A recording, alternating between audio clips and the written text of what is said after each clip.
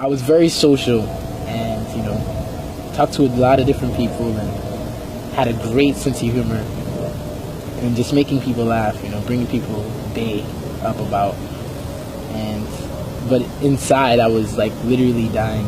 It's crazy. Nobody told me you could die like this. Nobody told me you could die from bliss, yeah. Nobody told me, nobody told me. We never ever saw it coming on, no. Lit it up. Nobody ever told us we could die like this.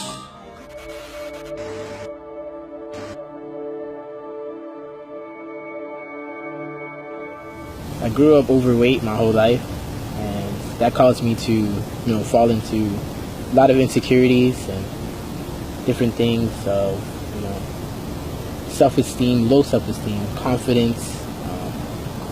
I just hated what I saw in the mirror. I hated everything about me, and I didn't think I had worth or meaning or purpose, and so I remember being in a lot of clubs and organizations and different things like that. But yet I was still falling, and fighting with insecurities about myself, just literally just dying inside. And I remember doing a lot of drugs, like just weed, and I would get to a high, but yet feel so low, and it was just so temporary. And those voids, I was trying to fill up all those voids with temporary things, but only God can fix them, and only God can fill that void permanently.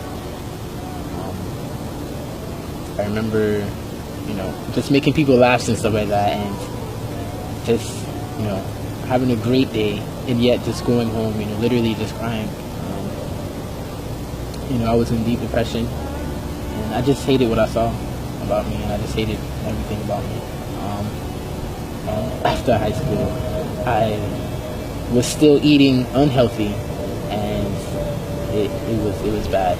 I was growing even, getting even more weight on my body. And at this particular time, I was at McDonald's. And this is actually 2 days before I have to, go off to college in Tallahassee Community College. And so I remember my friend telling me that adding extra mayonnaise to the McChickens would just be awesome. And that's exactly what I did. I remember so vividly ordering 2 McChickens with extra mayonnaise, large fries, not 3, 6 cookies, and a large drink, and just talking to a friend and just eating. And after eating, I just had major chest pain and had shortness of breath, and my heart started beating really fast. I didn't tell the particular person what was going on. I just told them I had to go. So I finally got home, and my parents are Haitian. They're from Caribbean, so they decided to do different home remedies and different things like that, and actually none of them was working. And then I started having excruciating pain in my stomach, and I was just remember laying there like, when is this gonna get better? And I actually ended up just going to sleep, hoping that tomorrow would be better. But it was actually worse, and I called up a friend, told him what was going on, and told him let's go to the hospital. I did a whole bunch of EKGs, tests, chest X-ray, blood tests, all different types, etc. And I just remember them saying, pretty much they didn't really know what was going on, and they just gave a random diagnosis. And they said I had pleurisy, which is like the membrane of your lungs being inflamed, and I just remember just being lost and not knowing what was going on, and all that through that mist. I still have to go off to college in Tallahassee, so my parents were like, whoa, we don't want to send you there by yourself, 18, like all alone, and then you're sick, like whoa. So God really had a plan over my life, and he was really leading me there. So I ended up still going to Tallahassee, and I remember the first night, me and my friends, we packed and everything, and we were ready for school. And so that same day, the first night, I still was still having problems with my health, and I ended up in the hospital again, like 5 o'clock in the morning.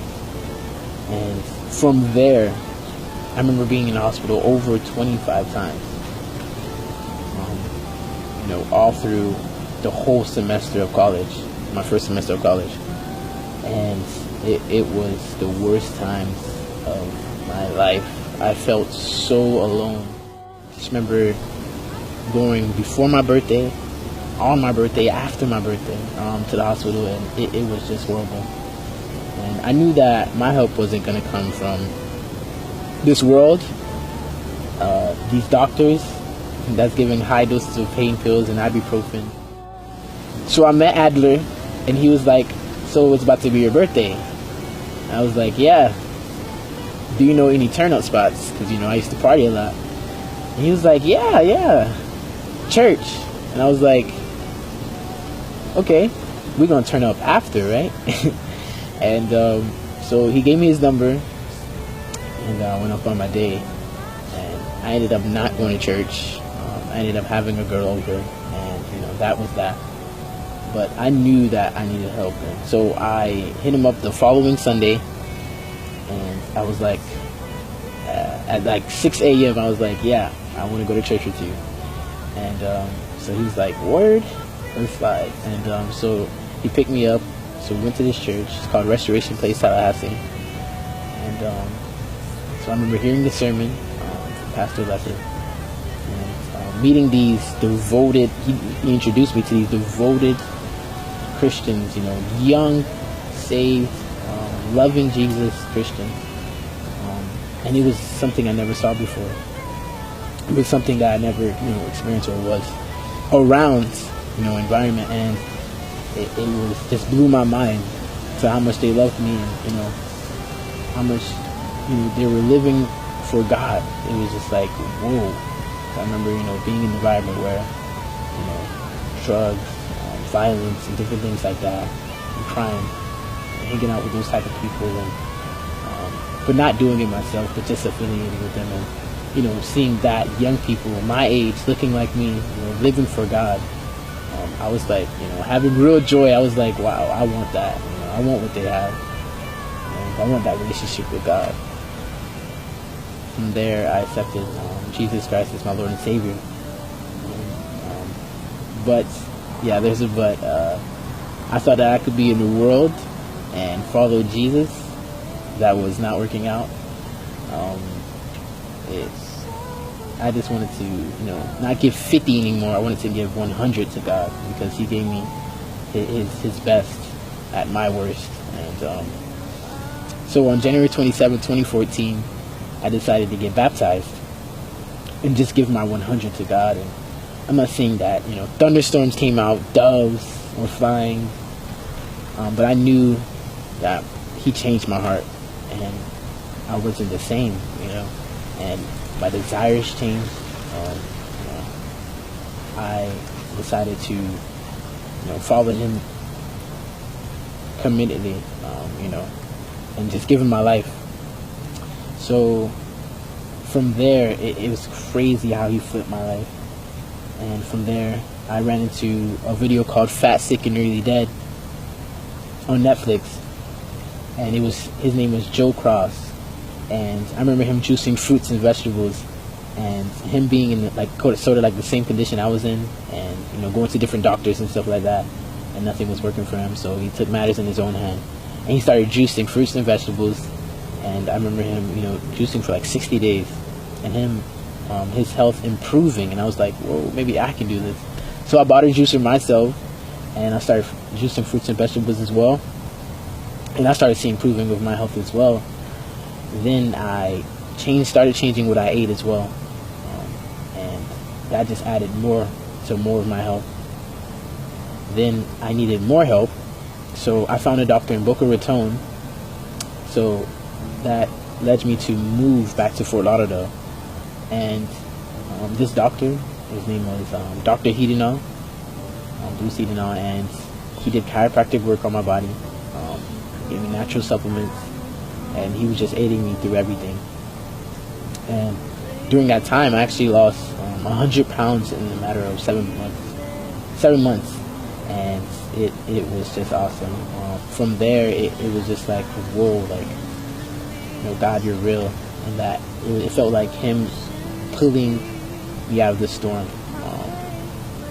and him being there when I put my trust in him. It was just awesome. His love, his mercy, his grace is so efficient, and he gave me something that I didn't deserve, and I am a living testimony of what God can do, and his love just accomplishes everything.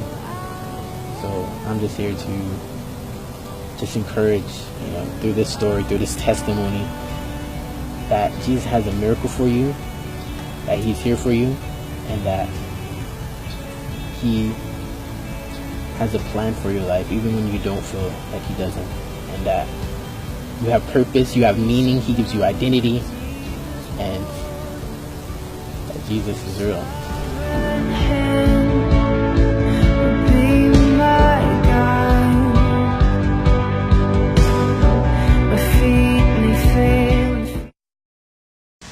It's been a while since I rode a 16 brush cut Polo J Zone. I was so clean, at least I thought. Till I switched teams, Jesus in my heart, for his presence I'm a fiend, and I'm staying celibate till I found my queen. I was lost trying to find happiness in everything, and why be with her if she ain't getting the ring? I let her go to focus on the King of Kings. Now I got Jesus, so I got everything. He took this mess and made it a message. He took my life and made it a blessing. He took the pain and no more stresses. They say I couldn't lose 100 pounds. I did it in 7 months. If you want Team Jesus, then you'll win. So I go by the 3 principles: love God, love people, hate sin.